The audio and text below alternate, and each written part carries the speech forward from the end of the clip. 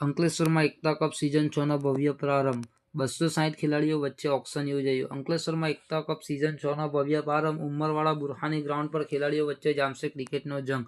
અંકલેશ્વર શહેરના રમતગમત ક્ષેત્રે એકતા કપ અને ભાઈચારાનું પ્રતીક બનેલી ટુર્નામેન્ટ અંકલેશ્વર એકતા કપ તેના 5 સફળ વર્ષો પૂર્ણ કર્યા બાદ હવે 6થા વર્ષમાં મંગલ પ્રવેશ કરી રહી છે. જી.આર. કોસાડી પ્રેઝન્ટ આ પ્રતિષ્ઠિત ટુર્નામેન્ટનું આયોજન કલ્પેશ પટેલ, ઇમરાન જોલી, કાર્તિક પટેલ અને સાહિલ મિર્ઝા દ્વારા કરવામાં આવ્યું છે.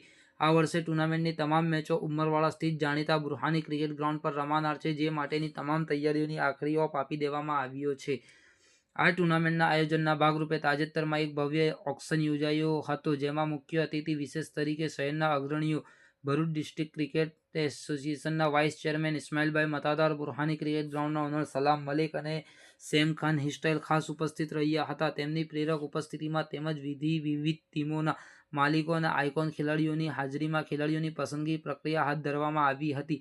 આ ટુર્નામેન્ટ માટે અંકલેશ્વર પંથકના કુલ 260 ખેલાડીઓએ રજીસ્ટ્રેશન કરાવ્યું હતું, જેમાંથી ઓક્શનના અંતે 9 ટીમોમાં કુલ 153 ખેલાડીઓની પસંદગી કરવામાં આવી છે. આ પસંદ થયેલા ખેલાડીઓ હવે મેદાન પર પોતાનું કૌશલ્ય બતાવવા સજ્જ થયા છે.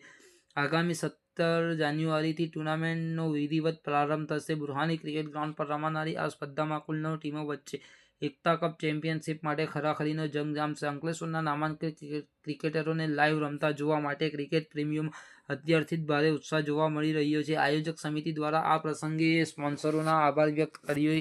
શહેરની જનતાને આ સ્પર્ધા નિહાળવા અને ખેલાડીઓનો ઉત્સાહ વધારવા હાર્દિક નિમંત્રણ પાઠવવામાં આવ્યું છે.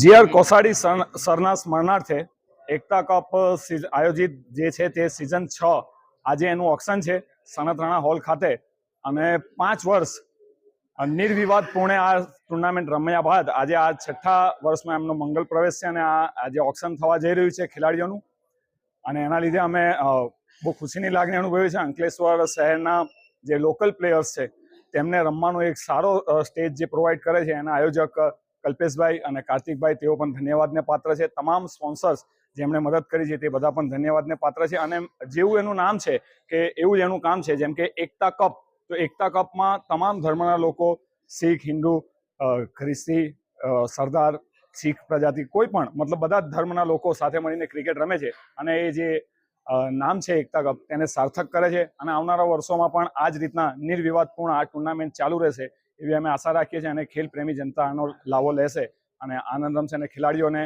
પણ મનોરંજન મળશે, અને બધા એક સાથે મળીને રમશે, જેનાથી સમાજમાં એક સમરસતા અને એક એકતાનો મેસેજ જાય. તે પણ એક સુંદર મેસેજના રૂપે આ એકતા કપના માધ્યમથી દર વર્ષે અને વર્ષે આ ઉત્તરોત્તર પ્રગતિ થઈ રહી છે.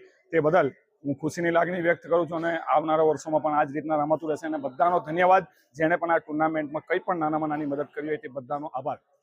Thank you.